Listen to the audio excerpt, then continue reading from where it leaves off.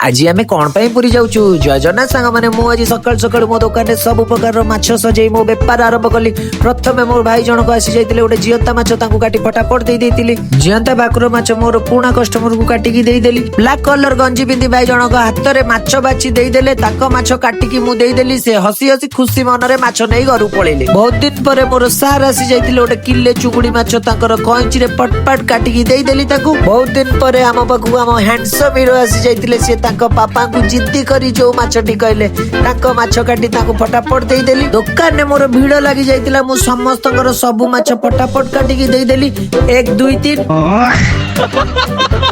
भाई हाथ बांधी छिड़ाई माछ नहीं से पड़ेले। गोटे 20 किलो होटेल माछ ऑर्डर थिला मु ताको राउंड राउंड पीस काटिकी रखीदेली। हेलमेट पिंधि भाई मोर आसी जाइतिले गोटे मते कहले किले भाकुर माछ दियो कहले मेसिन रे रिंग पीस करिकी दियो मेसिन रे माछ काटिकी देदेली। मो पाखु ट्विन्स ब्रदर आसी जाइतिले कहले तमे तम इच्छा अनुसार मते गोटे भल माछ काटिकी दियो मु ताको मोर गोटे भल किलिकिया रोई माछ काटी फटाफट देदेली। हेलमेट पिंधि मोर भाई जनक आसी जाइतिले सब दिन पर से टिके आम सहित कॉमेडी करी माछ नहीं पड़ेले। खाननगर गेडू भाई आसी ठन ठन करी पैसा गणिकी नहीं पड़ेले। जड़े सब्सक्राइबर भाई आसी किले माछ नहीं पड़ेले। बेपार सारी आमे पूरी जाइतिलु मोर पीसी पुअर बाहागर बरजात्ରୀ जीवाकू।